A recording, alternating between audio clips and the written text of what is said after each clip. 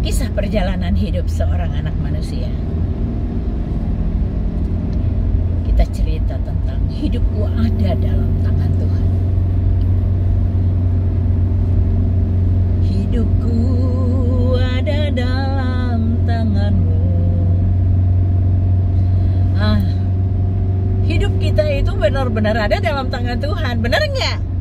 Mungkin pengikut si Lucy akan mengatakan, enggak, hidupku dalam tangan Lucy. Hidup kita itu manusia ada dalam tangan Tuhan. Kenapa?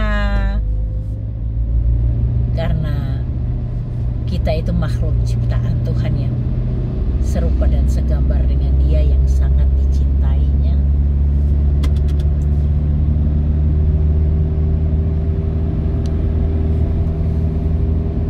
Hidup kita itu dalam rancangan Tuhan. Kita tidak pernah tahu menit-menit ke depan apa yang terjadi dalam hidup kita. Kita tidak tahu. Kita nggak bisa bilang pasti aku masih hidup. Belum tentu. Kadang-kadang orang yang sakit parah, yang semua orang dan dokter juga melihat bahwa ini pasti mati. Ternyata Tuhan hidupkan. Justru orang yang sehat kelihatannya sehat, tiba-tiba plek jatuh mati, atau tiba-tiba pluk tabrakan mati. Nah, hidup kita itu benar-benar dalam rancangan Tuhan. Tuhan sudah ngatur kehidupan kita, setiap dari kita dengan jalan hidupnya masing-masing. Kalau ada yang melenceng ya, yang tidak sesuai dengan kehendak Tuhan karena pembangkangan kamu, ya nggak salah. Memang kamu yang maunya begitu kok. Itu bukan rancangan Tuhan. Kayak gini loh. Kamu selingkuh, terus kamu bilang, ya memang Tuhan sudah rancangkan jalan hidup saya seperti itu kok. Saya berzina terus. Wih, ngawur. Tuhan gak pernah rancangkan yang jahat untuk kehidupan kita manusia. Atau mungkin gini, karena kecewa sama Tuhan, dia berdoa, Tuhan belum jawab, terus jadi pengikut Lucifer. Atau dia apes terus, sial terus. Terus dia menyalahkan Tuhan Yesus, dan dia jadi pengikut Lucifer. Terus dia bilang karena Tuhan tidak mau tolong dia. Kamu sendiri membangkang kok. Hidup kamu gak benar kok. Gimana hidupmu gak apes? Katanya dari kecil aku itu kok apes terus ya.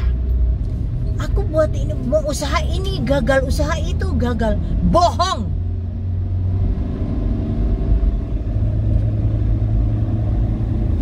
Karena kamu memang pengikut Lucy.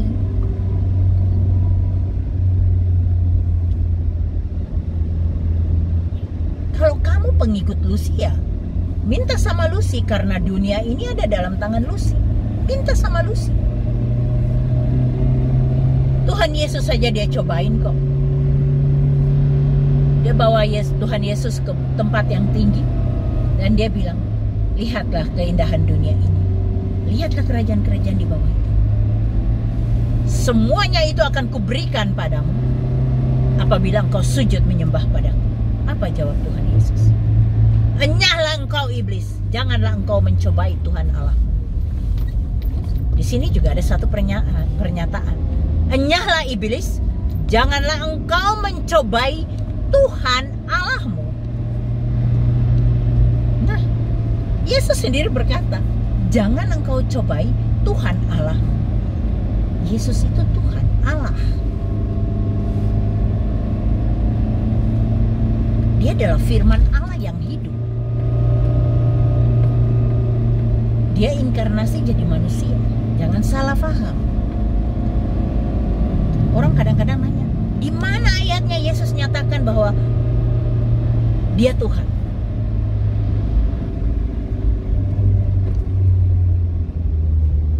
ketika Petrus juga waktu ditanyain, menurutmu siapakah aku? Petrus katakan, engkaulah anak Allah.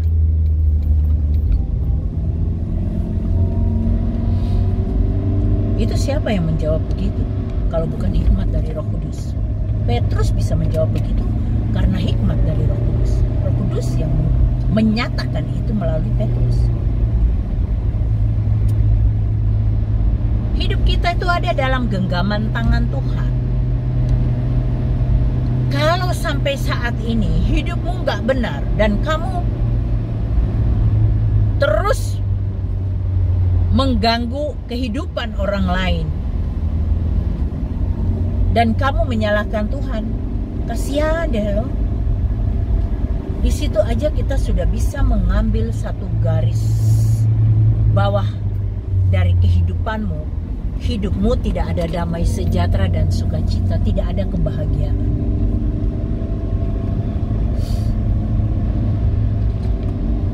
Ada orang-orang yang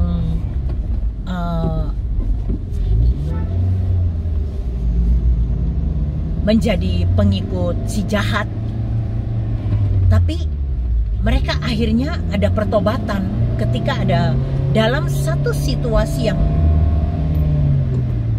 dibawa Tuhan, dibawa kuasa Tuhan.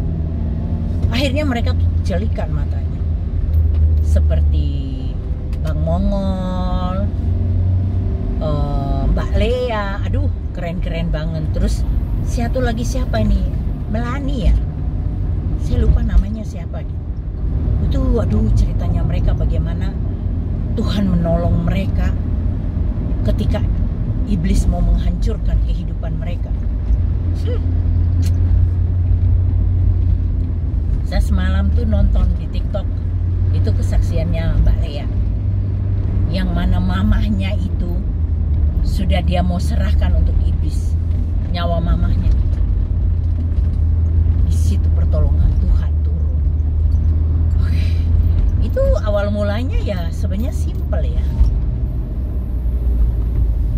Dari orang yang suka bermain magic, akhirnya seperti itu. Dengan batu-batu akik yang diisi jin-jin lah segala macam.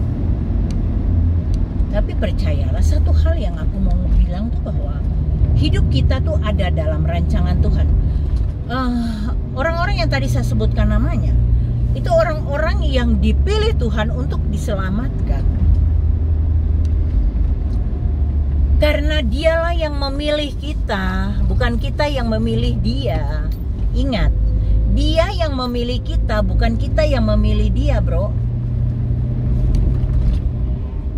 Kamu mau gak memilih dia, karepmu. Karena ada juga orang-orang yang dipersiapkan untuk jadi kayu bakar neraka, kayu bakar di api abadi. Ada juga orang-orang yang dipersiapkan